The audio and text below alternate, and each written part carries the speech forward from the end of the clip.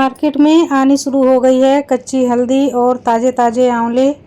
तो आज मैं कच्ची हल्दी और आंवले की ऐसी गजब की रेसिपी आपको बनाकर दिखाऊंगी कि बस आप मुंह में रखेंगे तो मज़ा ना आ जाए तो कहना। तो मैंने यहाँ पर 2 आंवले ले लिए हैं और 4 से 5 हल्दी की गांठें ले ली हैं। वज़न में दोनों चीज़ बराबर बराबर हैं क्योंकि आंवले बड़े साइज के हैं। तो हमने हल्दी को बहुत अच्छे से धो लिया है, आंवले को भी धो लिया है। अब हम हल्दी का ऊपर का छिलका निकाल लेते हैं। तो ये ऐसी रेसिपी है, इसको बनाने के लिए हमें पहले से कोई भी तैयारी नहीं करनी पड़ती है। बस सामान ले आओ और बना डालो, ना ही वेट करना पड़ता है। तो यहाँ पर मैंने हल्दी की गांठों को छील लिया है बहुत अच्छी तरह से। पूरा छिलका हम निकाल लेते हैं। तो ये जो हल्दी की गांठें हैं इनको हमें पानी से बिल्कुल भी नहीं धोना है। हम इस रेसिपी में एक बूंद भी पानी का इस्तेमाल नहीं करेंगे। ये हमने आंवले ले लिए, इनको भी पहले ही धो लिया है लेकिन काटने के बाद नहीं धोएंगे। तो अब हम क्या करते हैं, जो आंवले की गुठली है इनको छोड़ देंगे और ऊपर का जितना ही पल्प है इस सभी को निकाल लेते हैं। तो आंवले भी कट के तैयार हैं। आप चाहें तो आंवले को कद्दूकस भी कर सकते हैं। और ये मैं हल्दी के टुकड़े कर रही हूँ। हल्दी को भी कद्दूकस कर सकते हैं, लेकिन कद्दूकस करने से मैं अक्सर बचती हूँ क्योंकि मेरे नाखून में कद्दूकस का खरोंच लग जाता है। इसलिए मैं इस तरह से कट कर लेती हूँ। और अब मैं इन्हें मिक्सर में डाल करके पल्स मोड पर पीसूँगी। तो उससे क्या होगा कि बिल्कुल बारीक पेस्ट नहीं बनेगा और आंवले और हल्दी में पानी भी नहीं छूटेगा। एक बूंद भी हमने पानी नहीं डाला है और आप देख सकते हैं कि हमने दरदरा सा पेस्ट बना करके तैयार कर लिया है। तो ये मैं आपको पास से दिखा रही हूँ। ये देखिए, ये बिल्कुल भी बारीक नहीं है, दरदरा सा है।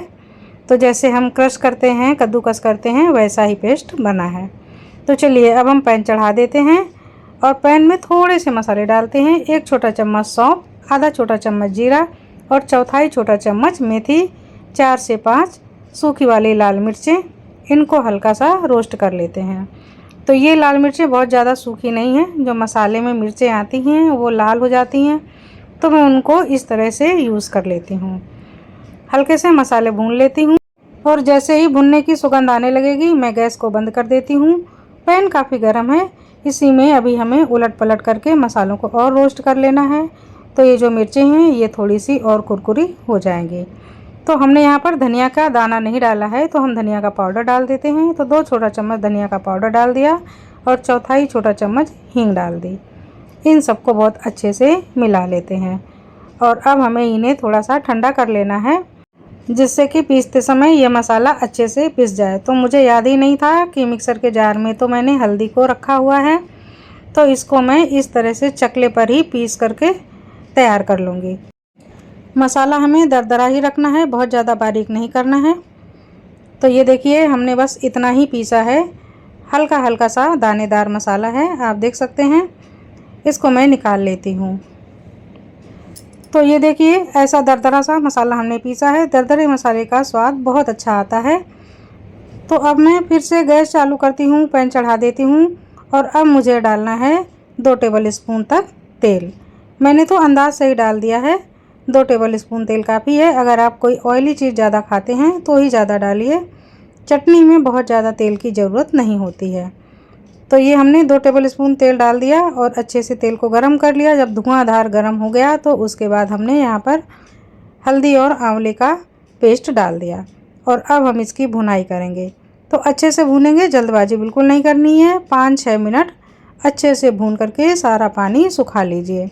जो भी कच्ची हल्दी में पानी होता है, आंवले में भी पानी होता है, ये सूख जाने दीजिए। इसके बाद डाल दीजिए इसमें नमक। तो मैंने स्वाद के अनुसार नमक डाल दिया। और अब हमें हल्दी और आंवले के पेस्ट को इतना सुखाना है कि ये तेल छोड़ने लगे, यानी कि पैन से अलग होने लगे। तो अब हम डाल देते हैं इसमें कश्मीरी लाल मिर्च का पाउडर। ये तीखा बिल्कुल नहीं होता है, दिखने में रंगत अच्छी हो जाती है। तो ये हल्दी आंवला पूरी तरह से भुनकर तैयार है, अब हमें और नहीं भूनना है। तो अब लास्ट में हम डाल देंगे मसाला। तो जो हमने मसाला पीसा था उसको हम डालेंगे। ये मसाला हमें थोड़ा सा ज़्यादा लग रहा था तो हमने थोड़ा सा बचा लिया है और बाकी का मसाला डाल दिया है। आप देख सकते हैं मसाला डालने के बाद हमें और नहीं भूनना है, क्योंकि जितना भी हमें भूनना है आंवले और हल्दी के पेस्ट को ही भूनना है। मसाला हमारा पहले से भुना हुआ है तो इसको हम नहीं भूनेंगे। और अब हम क्या करेंगे, गरम पैन में ही इसी तरह से हिलाते हुए थोड़ा सा ठंडा कर लेंगे। और जब ये ठंडा हो जाएगा तब हम इसमें नींबू निचोड़ेंगे। तो यहाँ पर मैंने एक बड़े साइज़ का नींबू लिया है और ये पूरा नींबू मैं ऊपर से निचोड़ देती हूँ। नींबू निचोड़ने से क्या होता है, बहुत ही बढ़िया टैंगी फ्लेवर आता है और कसैलापन बिल्कुल भी नहीं आता है। फ्रेंड, एक बार आप ये सिंपल सी हल्दी और आंवले की चटनी बना करके देखिए मेरे तरीके से। आप जितनी बार खाएंगे मुझे ज़रूर याद करेंगे, ये मेरा आपसे वादा है। तो इस तरह से हमने सारा नींबू निचोड़ दिया है और अब मैं अच्छे से ठंडा कर लेती हूँ। ये चटनी तो इतनी गजब की है कि बनाते बनाते टेस्ट करने का ही मन कर जाता है। तो मैंने बिल्कुल ज़रा सी टेस्ट की। तो फ्रेंड, आप गर्मा गर्म पराठे से एक बार खा के देखिए, मज़ा ना जाए तो कहना, बहुत ही गजब की बनी है। सारे अचार फेल हो जाएंगे इस हल्दी की चटनी के आगे। तो ये चटनी पूरी तरह से तैयार है। 1 वीक इस चटनी को आप फ्रिज से बाहर रख सकते हैं और फ्रिज में रख के तो आप 15 से 20 दिन तक आराम से खा सकते हैं। तो ये देखिए, तीखी, चटपटी, खट्टी, टैंगी आंवला और हल्दी की चटनी बनकर के तैयार है। और जो सर्दियों में आंवला खाना चाहते हैं और हल्दी खाना चाहते हैं वो इस रूप में खाएं। बहुत ही लाजवाब चटनी है।